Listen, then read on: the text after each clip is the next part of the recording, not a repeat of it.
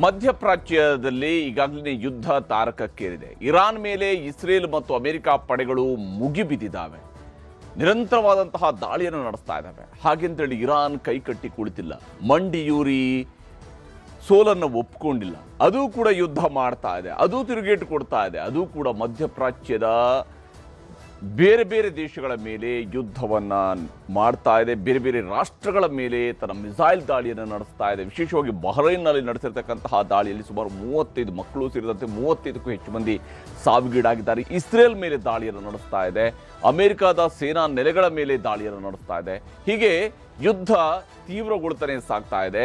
ತೈಲ ಘಟಕಗಳನ್ನು ಟಾರ್ಗೆಟ್ ಮಾಡಿ ಇಸ್ರೇಲ್ ಮತ್ತು ಅಮೆರಿಕ ಸೇನಾಪಡೆಗಳು ನಡೆಸಿರುವಂತಹ ದಾಳಿಯಲ್ಲಿ ಇರಾನ್ನನ್ನು ಸರ್ವನಾಶ ಮಾಡುವಂತಹ ಸ್ವರೂಪದ ಯುದ್ಧ ತೀವ್ರತೆ ಗೋಚರಿಸ್ತಾ ಇದೆ. ಹೀಗೆ ಮಧ್ಯಪ್ರಾಚ್ಯದಲ್ಲಿ ಯುದ್ಧ ನಡೀತಾ ಇದ್ರೆ ನಮ್ಮ ಸಂಸತ್ನಲ್ಲಿ ವಾಗ್ಯುದ್ಧ ನಡೀತಾ ಇದೆ. ಮಧ್ಯಪ್ರಾಚ್ಯ ಯುದ್ಧದ ಬಗ್ಗೆ ಭಾರತದ ಸಂಸತ್ನಲ್ಲಿ ವಾಗ್ಯುದ್ಧ ಶುರುವಾಗಿದೆ. ದೇಶದ ಆರ್ಥಿಕ ಪರಿಸ್ಥಿತಿಯ ಬಗ್ಗೆ ಅನುಮಾನವನ್ನು ವ್ಯಕ್ತಪಡಿಸಲಾಗ್ತಾ ಇದೆ. ಇದರ ಬಗ್ಗೆ ಚರ್ಚೆಗೆ ಅವಕಾಶ ಕೊಡಬೇಕು ಅಂತೇಳಿ ಪಟ್ಟು ಹಿಡಿದಿದ್ದಾವೆ ಪ್ರತಿಪಕ್ಷಗಳು. ಕಾಂಗ್ರೆಸ್ ಹೋರಾಟಕ್ಕೆ ಸರ್ಕಾರ ಕೂಡ ತಿರುಗೇಟು ಕೊಡುವಂತಹ ಕೆಲಸವನ್ನು ಮಾಡ್ತಾ ಇದೆ. ಸದನದ ನಿಯಮದ ಪ್ರಕಾರ ನಡೀಲಿ, ಅದು ಹೊರತಾಗಿ ಬೇರೆ ಏನೂ ಇಲ್ಲ ಅಂತ ಹೇಳ್ತಿದ್ದಾರೆ. ಕಾಂಗ್ರೆಸ್ ಹೋರಾಟದ ಬೆನ್ನಲ್ಲೇ ಪ್ರಧಾನಿ ಮೋದಿ ಅವರನ್ನ ಜೈಶಂಕರ್ ಅವರು ಭೇಟಿಯಾಗಿದ್ದಾರೆ. ಸಂಸತ್ನ ಬೆಳವಣಿಗೆ ಹಾಗೂ ಯುದ್ಧದ ಪರಿಣಾಮಗಳ ಬಗ್ಗೆ ಚರ್ಚೆಯನ್ನು ನಡೆಸಿದ್ದಾರೆ ಪ್ರಧಾನಿ ಜೊತೆಗೆ. ಹಾಗೆಯೇ ರಾಷ್ಟ್ರದ ಜನರ ಹಿತಾಸಕ್ತಿಗೆ ಮೊದಲ ಆದ್ಯತೆ ಅನ್ನುವಂತಹ ಸಂದೇಶವನ್ನ ಕೇಂದ್ರ ಸರ್ಕಾರ ರವಾನೆ ಮಾಡ್ತಾ ಇದೆ. ಸಂಸತ್ನ ಒಳಗಡೆ ಕೂಡ ಇವತ್ತು ವಾಗ್ಯುದ್ಧ ನಡೀತಿತ್ತು. ಈಗಾಗಲೇ ಸಂಸತ್ ಕಲಾಪ ಇವತ್ತು ಆರಂಭ ಆಗ್ತಾ ಇದ್ದಂತೆ ಬಜೆಟ್ ಅಧಿವೇಶನದ ಮುಂದುವರಿದ ಭಾಗ ಇವತ್ತಿನಿಂದ ಆರಂಭಗೊಂಡಿದೆ. ಬಜೆಟ್ ಅಧಿವೇಶನದ ಮುಂದಿನ ಭಾಗ ಇವತ್ತು ಕಲಾಪ ಆರಂಭಗೊಳ್ತಾ ಇದ್ದಂತೆ ಸದನದ ಒಳಗಡೆ ಸ್ಟೇಟ್ಮೆಂಟ್ ಅನ್ನು ಮಾಡೋದಕ್ಕೆ ಜೈಶಂಕರ್ ಅವರು ತಯಾರಾಗಿದ್ರು. ಆದರೆ ಜೈಶಂಕರ್ ಅವರ ಸ್ಟೇಟ್ಮೆಂಟ್ ಅನ್ನು ಕೇಳೋದಕ್ಕಿಂತ ಮುಂಚಿತವಾಗಿಯೇ ಪ್ರತಿಪಕ್ಷಗಳು ಸದನದ ಒಳಗಡೆ ಗದ್ದಲ ಎಬ್ಬಿಸಿದ್ದಾವೆ. ಸದನದ ಹೊರಗೂ ಕೂಡ ಹೋರಾಟವನ್ನು ನಡೆಸಿದ್ದಾರೆ. ಸ್ಪೀಕರ್ ಪೀಠದಲ್ಲಿದ್ದಂತಹ ಜಗದಂಬಿಕಾ ಪಾಲ್ ಅವರು ಸಮಾಧಾನ ಪಡಿಸಿದ್ರು ಕೂಡ ಸದನದ ಒಳಗಡೆ ಪ್ರತಿಪಕ್ಷಗಳ ಆಕ್ರೋಶ ತೀವ್ರಗೊಂಡಿತ್ತು. ಸರ್ಕಾರದ ವಿರುದ್ಧ ತೀವ್ರ ಸ್ವರೂಪದಲ್ಲಿ ಸಮರ ಸಾರಿದ್ದಾರೆ. ಹಾಗಾದ್ರೆ ಸಂಸತ್ನಲ್ಲಿ ಈ ವಾರ್ ಯಾವ ಸ್ವರೂಪದಲ್ಲಿ ಸಾಗಿತ್ತು ಅನ್ನೋದನ್ನು ನಿಮಗೆ ಮೊದಲಿಗೆ ವಿವರಿಸ್ತಾ ಹೋಗ್ತೀನಿ. ಬಹಳ ಮುಖ್ಯವಾಗಿ ಮಧ್ಯಪ್ರಾಚ್ಯದ ಕದನ ಭಾರತದ ಸಂಸತ್ನಲ್ಲೂ ಕೂಡ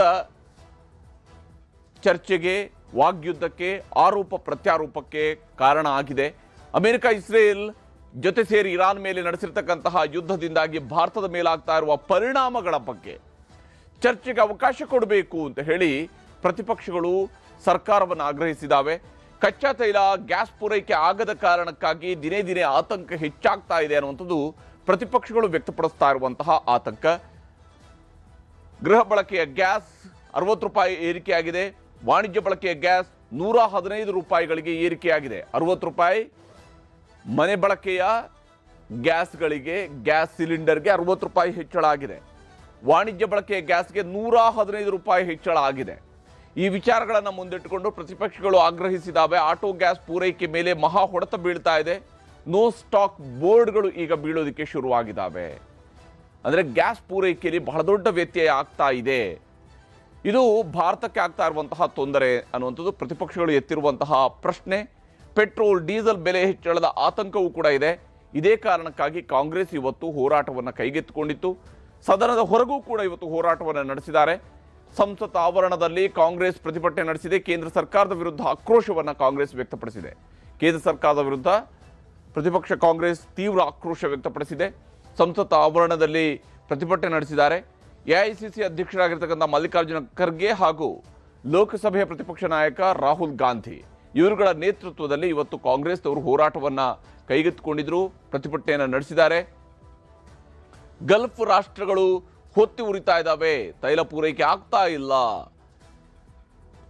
ಗಲ್ಫ್ ಹೊತ್ತಿ ಉರಿತಾ ಇದೆ, ಆಯಿಲ್ ಶಾಕ್ ಎದುರಾಗಿದೆ, ಇಂಡಿಯನ್ ಸ್ಟ್ಯಾಂಡರ್ಡ್ ಅನ್ನುವಂತಹದ್ದನ್ನ ಭಾರತೀಯರು ಅಲ್ಲಿ ಸಿಲುಕಿದ್ದಾರೆ ಅನ್ನುವಂಥದ್ದನ್ನ ಹೇಳ್ತಾ ಇದ್ದಾರೆ. ಭಾರತೀಯರು ಗಲ್ಫ್ನಲ್ಲಿ ಸಿಲುಕಿದ್ದಾರೆ, ರಕ್ಷಣೆ ಮಾಡುವಂತಹ ಕೆಲಸ ಆಗಬೇಕಾಗಿದೆ ಅನ್ನುವಂಥದ್ದನ್ನ ಒತ್ತಾಯಿಸಿದ್ದಾರೆ.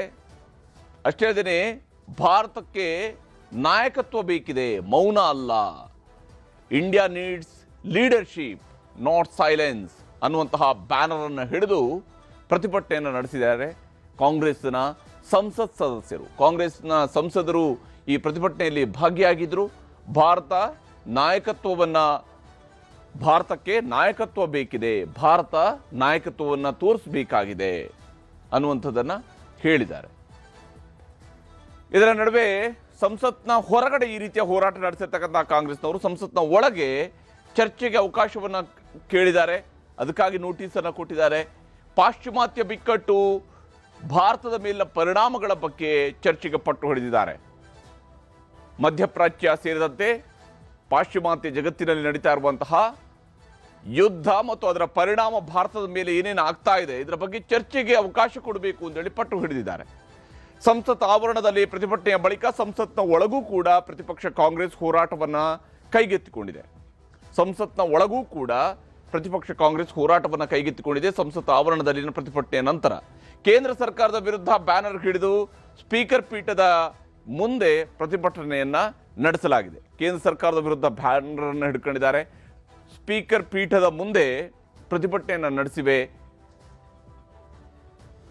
ಇಲ್ಲಿ ಲೋಕಸಭೆಯಲ್ಲಿ ಕಲಾಪದ ವೇಳೆ ಸದನದ ಬಾವಿಗಿಳಿದು ಪ್ರತಿಭಟನೆಯನ್ನು ನಡೆಸಲಾಗಿದೆ. ಲೋಕಸಭಾ ಕಲಾಪದ ಸಂದರ್ಭದಲ್ಲಿ ಸದನದ ಬಾವಿಗಿಳಿದು ಪ್ರತಿಪಕ್ಷ ಕಾಂಗ್ರೆಸ್ನ ಸಂಸದರು ಪ್ರತಿಭಟನೆಯನ್ನು ನಡೆಸಿದ್ದಾರೆ. ಯಾವ ಸ್ವರೂಪದಲ್ಲಿ ಭಾರತದ ಮೇಲೆ ಈ ಯುದ್ಧದ ಪರಿಣಾಮಗಳು ಆಗ್ತಾ ಇದ್ದಾವೆ ಅನ್ನುವಂಥದ್ದನ್ನು ತಿಳ್ಕೊಳ್ಬೇಕು ನಾವು. ಇದನ್ನು ಹೇಗೆ ಕೇಂದ್ರ ಸರ್ಕಾರ ಅಂದಾಜಿಸಿದೆ, ಯಾವ ಸ್ವರೂಪದಲ್ಲಿ ಕೇಂದ್ರ ಸರ್ಕಾರ ಇದನ್ನು ನಿಭಾಯಿಸ್ತಾ ಇದೆ ಅಂತ ಹೇಳಿ ಲೋಕಸಭೆಯಲ್ಲಿ ಚರ್ಚೆಗೆ ಅವಕಾಶವನ್ನು ಕೇಳಿ ಗೊತ್ತುವಳಿ ನೋಟಿಸನ್ನು ಸಂಸದ KC ವೇಣುಗೋಪಾಲ್ ಅವರು ಸಲ್ಲಿಸಿದ್ದಾರೆ. ಸ್ಪೀಕರ್ ಅವರಿಗೆ ಈ ಒಂದು ನೋಟಿಸನ್ನು ಕೊಟ್ಟಿದ್ದಾರೆ. ಸಾರ್ವಜನಿಕರ ಹಿತದೃಷ್ಟಿಯಿಂದ ತುರ್ತು ಚರ್ಚೆಗೆ ಅವಕಾಶವನ್ನು ಕೇಳಿ ನೋಟಿಸನ್ನು ನೀಡಲಾಗಿದೆ. ನಮಗೆ ತ್ವರಿತಗತಿಯಲ್ಲಿ ಈ ನೋಟಿಸನ್ನು ಪರಿಗಣಿಸಿ ಚರ್ಚೆಗೆ ಅವಕಾಶವನ್ನು ಕಲ್ಪಿಸಬೇಕು. ಸಾರ್ವಜನಿಕರ ಹಿತದೃಷ್ಟಿಯಿಂದ ಇದು ಬಹಳ ಮುಖ್ಯ ಆಗುತ್ತೆ. ಭಾರತದಲ್ಲಿ ಗ್ಯಾಸ್, ಪೆಟ್ರೋಲ್, ಡೀಸೆಲ್, ಈ ಪ್ರತಿಯೊಂದು ತೈಲದ ಬೆಲೆಯ ಕತೆ ಏನಾಗುತ್ತೆ, ಯಾವ ಸ್ವರೂಪದಲ್ಲಿ ಕೇಂದ್ರ ಸರ್ಕಾರ ನಿಭಾಯಿಸ್ತಾ ಇದೆ, ಭಾರತೀಯರು ಆತಂಕ ಪಡಬೇಕಾದ ಅವಶ್ಯಕತೆ ಇಲ್ಲ ಅಂತ ಹೇಳಿದರೆ ಸಾಲದು. ವಾಸ್ತವದ ಬಗ್ಗೆ ಜನರ ಮುಂದಿಡಬೇಕು. ರಾಜ್ಯಸಭೆಯಲ್ಲೂ ಕೂಡ ಅವಕಾಶವನ್ನು ಕೇಳಿದ್ದಾರೆ. ಮಲ್ಲಿಕಾರ್ಜುನ ಖರ್ಗೆ ಅವರು, ಪ್ರತಿಪಕ್ಷ ನಾಯಕ ಮಲ್ಲಿಕಾರ್ಜುನ ಖರ್ಗೆ ಅವರು ಕೂಡ ರಾಜ್ಯಸಭೆಯಲ್ಲಿ ಅವಕಾಶವನ್ನು ಕೇಳಿದ್ದಾರೆ. ನಮಗೆ ಚರ್ಚೆಗೆ ಅವಕಾಶವನ್ನು ಮಾಡಿಕೊಡ್ಬೇಕು ಅಂತ ಹೇಳಿ ಪ್ರಸ್ತಾಪ ಮಾಡಿದ್ದಾರೆ. ಹಾಗಾದ್ರೆ ಕಾಂಗ್ರೆಸ್ ವ್ಯಕ್ತಪಡಿಸ್ತಾ ಇರುವಂತಹ ಕಳವಳ ಏನಾಗ್ತಾ ಇದೆ ಅಂತ ಹೇಳಿ ಕಾಂಗ್ರೆಸ್ ಹೇಳ್ತಾ ಇದೆ. ಯಾವ ಕಾರಣಕ್ಕಾಗಿ ಅವರು ಚರ್ಚೆಗೆ ಆಗ್ರಹಿಸ್ತಾ ಇದ್ದಾರೆ? ಗಲ್ಫ್ ರಾಷ್ಟ್ರಗಳಲ್ಲಿ ಸಿಲುಕಿಕೊಂಡಿರುವಂತಹ ಭಾರತೀಯರ ರಕ್ಷಣೆ ಆಗಬೇಕು. ಸರಿಸುಮಾರು 1 ಕೋಟಿಗೂ ಹೆಚ್ಚು ಜನ ಅಲ್ಲಿ ಕೆಲಸ ಮಾಡ್ತಾ ಇದ್ದಾರೆ ಅನ್ನುವಂತಹ ಅಂಕಿಅಂಶಗಳಿದ್ದಾವೆ. ಹೀಗಿರುವಾಗ ಭಾರತೀಯರು ಎಲ್ಲಿದ್ದಾರೋ ಆ ದೇಶಗಳಲ್ಲಿ ಅವರಿಗೆ ರಕ್ಷಣೆ ಸಿಗುವಂತಾಗಬೇಕು. ಅವರ ಸುರಕ್ಷತೆ ಬಹಳ ಮುಖ್ಯ. ತೈಲ ಭದ್ರತೆ, ಸುರಕ್ಷತೆಯ ಬಗ್ಗೆ ಸರ್ಕಾರದಿಂದ ಸ್ಪಷ್ಟತೆ ಸಿಗಬೇಕು. ಅಂತಾರಾಷ್ಟ್ರೀಯ ಮಾರುಕಟ್ಟೆಯಲ್ಲಿ ಕ್ರೂಡ್ ಆಯಿಲ್ನ ಬೆಲೆ ಏರಿಳಿಕೆ ಆಗ್ತಾ ಇದೆ, ವಿಪರೀತವಾದಂತಹ ಏರಿಳಿಕೆ ಆಗ್ತಾ ಇದೆ. ಈ ಕಾರಣಕ್ಕಾಗಿ ಇದರ ಬಗ್ಗೆ ಒಂದು ಸ್ಪಷ್ಟತೆ ಬೇಕಿದೆ. ಭಾರತೀಯರಿಗೆ ಸ್ಪಷ್ಟತೆ ಸಿಗಬೇಕಾಗಿದೆ. ಯುದ್ಧದಿಂದಾಗಿ ಅಗತ್ಯ ವಸ್ತುಗಳ ಬೆಲೆ ಏರಿಕೆ ಆಗ್ತಾ ಇದೆ. ಇದರ ಪರಿಣಾಮ ಬಹಳ ದೊಡ್ಡ ಮಟ್ಟದಲ್ಲಿ ಬೀರ್ತಾ ಇದೆ ಅನ್ನುವಂಥದ್ದು ಜನರ ಅನುಭವಕ್ಕೂ ಕೂಡ ಬರೋದಕ್ಕೆ ಶುರುವಾಗ್ತಾ ಇದೆ. ಹೀಗಾಗಿನೇ ಯುದ್ಧದಿಂದಾಗಿ ಅಗತ್ಯ ವಸ್ತುಗಳ ಬೆಲೆ ಏರಿಕೆ ಆಗ್ತಾ ಇದೆ. ಇದರ ಬಗ್ಗೆಯೂ ಚರ್ಚೆ ಆಗಬೇಕು. ಭಾರತದ ಜನಸಾಮಾನ್ಯರಿಗೆ ತೊಂದರೆ ಆಗ್ತಾ ಇದೆ. ಅದಕ್ಕೆ ಕೇಂದ್ರ ಸರ್ಕಾರ ಕೈಗೊಳ್ಳಬಹುದಾಗಿರುವಂತಹ ಉಪಕ್ರಮಗಳ ಬಗ್ಗೆ, ಏನೇನು ಕಾರ್ಯಕ್ರಮಗಳನ್ನು ರೂಪಿಸಬಹುದು ಅನ್ನೋದ್ರ ಬಗ್ಗೆ ಚರ್ಚೆ ಆಗಬೇಕು. ದೇಶದ ಜನರಿಗೆ ಅಭಯ ನೀಡುವ ಕೆಲಸ ಆಗಬೇಕು. ಯಾಕಂದ್ರೆ ಈ ಯುದ್ಧದ ಪರಿಣಾಮ ಭಾರತೀಯರ ಮೇಲೆ ಆಗದಂಗೆ ನೋಡ್ಕೊಳ್ಬೇಕಾಗಿರುವಂಥದ್ದು ಸರ್ಕಾರಗಳ ಜವಾಬ್ದಾರಿ. ಯುದ್ಧ ಯಾವುದೇ ದೇಶಗಳ ನಡುವೆ ನಡೀತಾ ಇದ್ರು ಕೂಡ ಅದರ ಪರಿಣಾಮ ನಮ್ಮ ಮೇಲೆ ಪರೋಕ್ಷವಾಗಿ ನಮ್ಮ ಮೇಲೆ ಆಗುವಂಥ ಸಾಧ್ಯತೆ ಇರುತ್ತೆ. ಹೀಗಾಗಿ ದೇಶದ ಜನರಿಗೆ ಅಭಯ ನೀಡುವಂತಹ ಕೆಲಸ ಆಗಬೇಕು ಅಂತ ಹೇಳುವಂಥ ಆಗ್ರಹವನ್ನ ಕಾಂಗ್ರೆಸ್ನ ನಾಯಕರುಗಳು ಮಾಡ್ತಾ ಇದ್ದಾರೆ. ಇದೇ ಕಾರಣಕ್ಕಾಗಿ ಅವರು ಈಗಾಗಲೇ ನೋಟಿಸನ್ನು ಕೊಟ್ಟಿದ್ದಾರೆ. ಈ ವಿಚಾರಕ್ಕೆ ಸಂಬಂಧಪಟ್ಟಂತೆ ರಾಜ್ಯಸಭೆಯಲ್ಲಿ ನೋಟಿಸ್ ಕೊಡುವ ಸಂದರ್ಭದಲ್ಲಿ ಪ್ರಸ್ತಾವನೆಯನ್ನು ಸಲ್ಲಿಸಿರ್ತಕ್ಕಂತಹ ಪ್ರತಿಪಕ್ಷ ನಾಯಕ ಮಲ್ಲಿಕಾರ್ಜುನ ಖರ್ಗೆ ಅವರು ಏನು ಮಾತನಾಡಿದ್ರು ಅನ್ನೋದನ್ನು ನಿಮ್ಗೆ ತೋರಿಸ್ತೀನಿ. रूल 176 के तहत emerging challenges for India's energy security के विषय पर मैं शॉर्ट ड्यूरेशन डिस्कशन की अनुमति के लिए अनुरोध करना चाहता हूं। पश्चिमी एशिया में तेजी से बदल रही जियोपॉलिटिकल सिचुएशन अब वहीं तक सीमित नहीं है, इसका असर भारत की एनर्जी सिक्योरिटी पर पड़ रहा है। भारत की छवि और साख पर भी इसका असर पड़ रहा है। भारत अपनी क्रूड ऑयल की लगभग 55% जरूरतें पश्चिमी एशिया से होने वाले इंपोर्ट से पूरी करता है। कॉन्फ्लिक्ट बढ़ने का सीधा असर हमारे देश में इकोनॉमिक स्टेबिलिटी पर भी पड़ेगा। ಹೀಗೆ ಮಲ್ಲಿಕಾರ್ಜುನ ಖರ್ಗೆ ಅವರು ಇದರ ಬಗ್ಗೆ ಒಂದು ಶಾರ್ಟ್ ಟೈಮ್ ಡಿಬೇಟ್ಗೆ ಅವಕಾಶವನ್ನ ಕೊಡಬೇಕು ಅನ್ನುವಂತಹ ಆಗ್ರಹವನ್ನ ರಾಜ್ಯಸಭೆ ಒಳಗಡೆ ಮಾಡಿದ್ದಾರೆ. ಮತ್ತೆ ಸಂಸತ್ನ ಹೊರಗಡೆ, ಕಲಾಪದ ಹೊರಗಡೆ ಕೆ.ಸಿ. ವೇಣುಗೋಪಾಲ್ ಹಾಗೆಯೇ ಶಶಿ ತರೂರ್ ಸಂಸದರು, ಕಾಂಗ್ರೆಸ್ನ ಇಬ್ಬರು ಸಂಸದರು ಕೂಡ ಮಾತನಾಡಿದ್ದಾರೆ. ತೋರಿಸ್ತೀನಿ. The present day, more importance is the issue relating to the common people of this country. Fuel prices are rising day by day, and Gulf countries people are very much worried about their future. You see that Western countries, how they are doing all this war-like situation, war situation, how the government of India totally silent on all this situation. At least during the parliament, we are asking for a discussion, debate. Was to have an opportunity to discuss the issue. We can ask questions about energy security. Oil prices have gone up very high today. We are worried about the shortage of gas in the country. There are many, and of course LPG prices were raised by the government just a couple of days ago. So there are issues affecting the Aam Aadmi in India that the parliament would like to place on record. ಹೀಗೆ ಇಲ್ಲಿ ಪ್ರತಿಯೊಬ್ಬರು ಕೂಡ ಕಾಂಗ್ರೆಸ್ ಸದಸ್ಯರು ಕೇಳ್ತಾ ಇರುವಂಥದ್ದು ಇದರ ಬಗ್ಗೆ ವಿಸ್ತೃತವಾದಂಥ ಚರ್ಚೆ ಆಗಬೇಕು. ಸಂಸತ್ನಲ್ಲಿ ಚರ್ಚೆಯಾಗಿ ಕೇಂದ್ರ ಸರ್ಕಾರವು ಕೂಡ ಏನೆಲ್ಲ ಕ್ರಮಗಳನ್ನು ಕೈಗೊಳ್ಳಬಹುದು ಅನ್ನೋದ್ರ ಬಗ್ಗೆ ಚರ್ಚಿಸಬೇಕು ಅನ್ನುವಂತಹ ಆಗ್ರಹವನ್ನು ಮಾಡ್ತಾ ಇದ್ದಾರೆ. ಇದರ ನಡುವೆ ಜೈಶಂಕರ್ ಅವರು ಒಂದಿಷ್ಟು ಸ್ಪಷ್ಟನೆಯನ್ನು ಕೊಡುವಂತಹ ಕೆಲಸವನ್ನು ಇವತ್ತು ಮಾಡಿದ್ದಾರೆ. ವಿದೇಶಾಂಗ ಸಚಿವರು ಮಧ್ಯಪ್ರಾಚ್ಯದಲ್ಲಿ ಆಗ್ತಾ ಇರುವಂತಹ ಬೆಳವಣಿಗೆಗಳ ಬಗ್ಗೆ ಸದನದಲ್ಲಿ ತಮ್ಮ ಹೇಳಿಕೆಯನ್ನು ನೀಡಿದ್ದಾರೆ. ಇಲಾಖೆಯ ಪರವಾಗಿ, ಭಾರತ ಸರ್ಕಾರದ ಪರವಾಗಿ ಏನೇನು ಕ್ರಮಗಳಾಗ್ತಾ ಇದ್ದಾವೆ ಅನ್ನೋದ್ರ ಬಗ್ಗೆ ಸ್ಪಷ್ಟನೆಯನ್ನು ನೀಡುವಂತಹ ಕೆಲಸವನ್ನು ಮಾಡಿದರು. ಮಧ್ಯಪ್ರಾಚ್ಯ ಬಿಕ್ಕಟ್ಟಿನ ಬಗ್ಗೆ, ಮಧ್ಯಪ್ರಾಚ್ಯದಲ್ಲಿ ಸಿಲುಕಿಕೊಂಡಿರುವಂತಹ 65,000 ಭಾರತೀಯರನ್ನು ಇದುವರೆಗೆ ರಕ್ಷಣೆ ಮಾಡಲಾಗಿದೆ. ಸರಿಸುಮಾರು 65,000 ಭಾರತೀಯರು ಈಗಾಗಲೇ ಮಧ್ಯಪ್ರಾಚ್ಯದಿಂದ ವಾಪಸ್ ಬಂದಿದ್ದಾರೆ. ಅವರ ರಕ್ಷಣೆ ಮಾಡಲಾಗಿದೆ. ಟೆಹರಾನ್ನೊಂದಿಗೆ ಸಂಪರ್ಕದಲ್ಲಿದ್ದು ಭಾರತೀಯರ ಸುರಕ್ಷತೆಗೆ ಆದ್ಯತೆಯನ್ನು ನೀಡಲಾಗಿದೆ. ಯಾಕಂದರೆ ಯುದ್ಧ ಪೀಡಿತವಾಗಿರ್ತಕ್ಕಂತಹ ನಗರ ಅಂತ ಹೇಳಿದರೆ ಅದು ಟೆಹರಾನ್ ನಗರ. ಇರಾನ್ ದೇಶದ ಮೇಲೆ ವ್ಯಾಪಕವಾದಂತಹ ದಾಳಿ ಆಗ್ತಾ ಇದೆ. ಹಾಗಾಗಿ ಟೆಹರಾನ್ ಜೊತೆಗೆ ನವದೆಹಲಿ ನಿರಂತರ ಸಂಪರ್ಕದಲ್ಲಿದೆ ಮತ್ತು ಭಾರತೀಯರ ಸುರಕ್ಷತೆಗೆ ಕ್ರಮವನ್ನು ಕೈಗೊಳ್ಳಲಾಗ್ತಾ ಇದೆ. ಭಾರತದಲ್ಲಿರುವಂತಹ ಇರಾನ್ನ ಹಡಗುಗಳು ಕೂಡ, ಇರಾನ್ನ 3 ಹಡಗುಗಳು ಭಾರತಕ್ಕೇನೋ ಸಮರಾಭ್ಯಾಸಕ್ಕಾಗಿ ಬಂದಿದ್ವು, ತಾಲೀಮಿಗಾಗಿ ಬಂದಿದ್ವು, ಅವುಗಳು ಸುರಕ್ಷಿತವಾಗಿದ್ದಾವೆ. ಒಂದು ಹಡಗು ನಾಶವಾಗಿದೆ ಅನ್ನುವಂತಹ ಮಾಹಿತಿಯನ್ನು ಕೂಡ ನೀಡಿದ್ದಾರೆ. ಹಡಗುಗಳನ್ನು ರಕ್ಷಣೆ ಮಾಡಿದ್ದಕ್ಕೆ ಭಾರತಕ್ಕೆ ಇರಾನ್ ಧನ್ಯವಾದವನ್ನು ಹೇಳಿದೆ. ಯಾಕಂದರೆ ಇರಾನ್ನ ಹಡಗುಗಳನ್ನು ಭಾರತ ರಕ್ಷಣೆ ಮಾಡಿದೆ, ಅದಕ್ಕಾಗಿ ಇರಾನ್ ಭಾರತಕ್ಕೆ ಧನ್ಯವಾದವನ್ನು ಕೂಡ ಹೇಳಿದೆ.